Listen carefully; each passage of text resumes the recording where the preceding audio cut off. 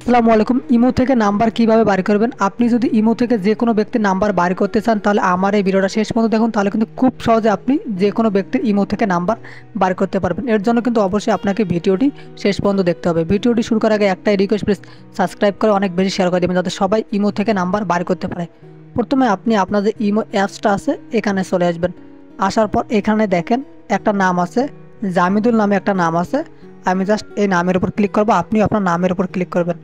Click করার পর উপরে দেখেন জামিদুল যে লেখাটা আছে বা তার যে নামটা আছে এই নামের উপর ক্লিক করবেন। ক্লিক করার পর এখানে দেখেন তার শুধু নাম দেখাইতেছে, বাট এখানে তার নাম্বার দেখাইতেছে না।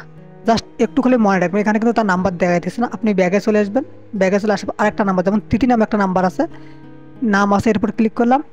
ক্লিক করার পর তিথি যে নামটা আছে ওই নামের উপর জাস্ট আমি এখানে একটা ক্লিক করে দিলাম।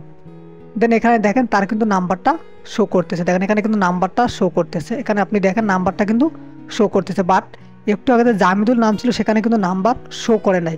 এই যে জামিদুল নামে যে নাম্বার শো করলো না, এর মেন কারণ হচ্ছে যে এই অ্যাকাউন্টটার বা এই ইমোটার যে নাম্বার, এই নাম্বারটা কিন্তু আমার মোবাইলে, আমার জিমেলে বা আমার সিম কার্ডে সেভ করা নাই। সেভ করা না থাকার কারণে কিন্তু শো করতেছে না। অর্থাৎ এখানে আপনাকে একটা জিনিস বুঝতে হবে, যেই নাম্বারটা আপনার সেভ করা নাই ওই নাম্বারে যদি ইমো অ্যাকাউন্ট আপনার ইমোতে থাকে আপনি কিন্তু ওই নাম্বার বাইর করতে পারবেন না। আপনি এ যাবৎ অনেক ভিডিও দেখছেন, কোনো ভিডিওতে আপনাকে বাইর করে দিতে পারবে না। আশা করি বুঝতে পারছেন। আপনি সেই নাম্বারটাই বাইর করতে পারবেন যেই নাম্বারটা আপনার কন্ট্যাক্ট নামে নাম্বারে সেভ করা আছে। ধন্যবাদ। যদি ভিডিওটি ভালো লেগে থাকে তাহলে সাবস্ক্রাইব করে শেয়ার করে দেবেন।